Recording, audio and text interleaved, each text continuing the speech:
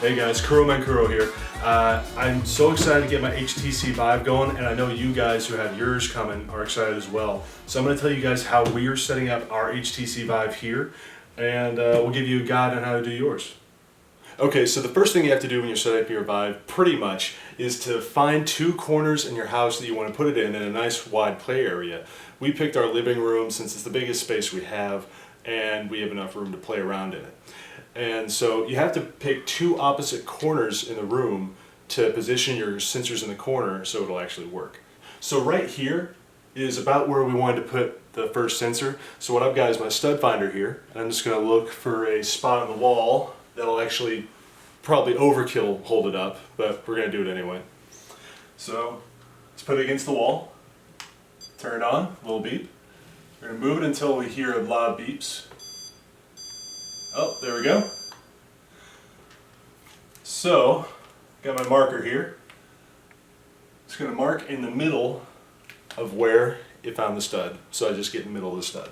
Okay, so after you mark the first spot, let's just say that's the top of where you want to mount your mount at.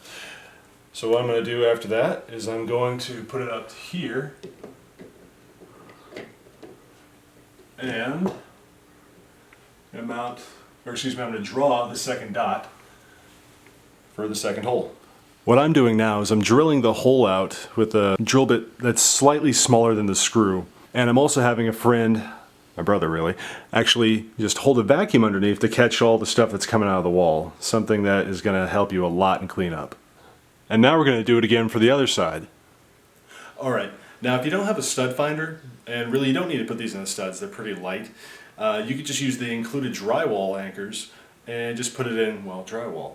And now I'm going to screw in the mounts.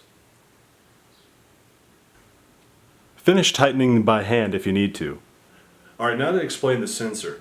On the back here you'll see the normal mount that you would use with a wall mount, although they were nice enough to actually include another one on the bottom in case you want to attach it to a tripod or something else like that. And also in the back you'll see the power hookup, the channel selection, the sync cable connector, which I bet most people will never use, and a micro USB hookup, I guess for firmware updates or in case they add accessories onto it later that might make use of that. Okay, so the added link cable that comes with your Vive, you may not actually need to use this, so just store this thing away as an awesome speaker cable.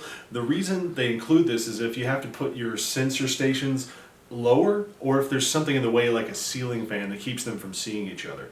So if you do have to use this, you're probably going to have to run it along the floor or along the ceiling, and that's going to be extra steps that we're not going to get into. Alright, now I'm just spinning on the sensor. It just goes on pretty easy.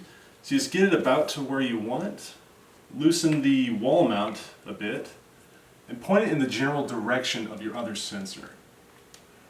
And now you hook in your power. Plug in your cables.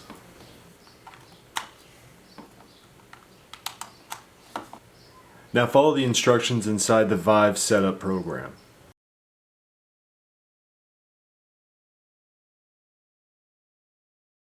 Alright, that's how you set up your HTC Vive. Now have fun, and I'll see you guys in a few years.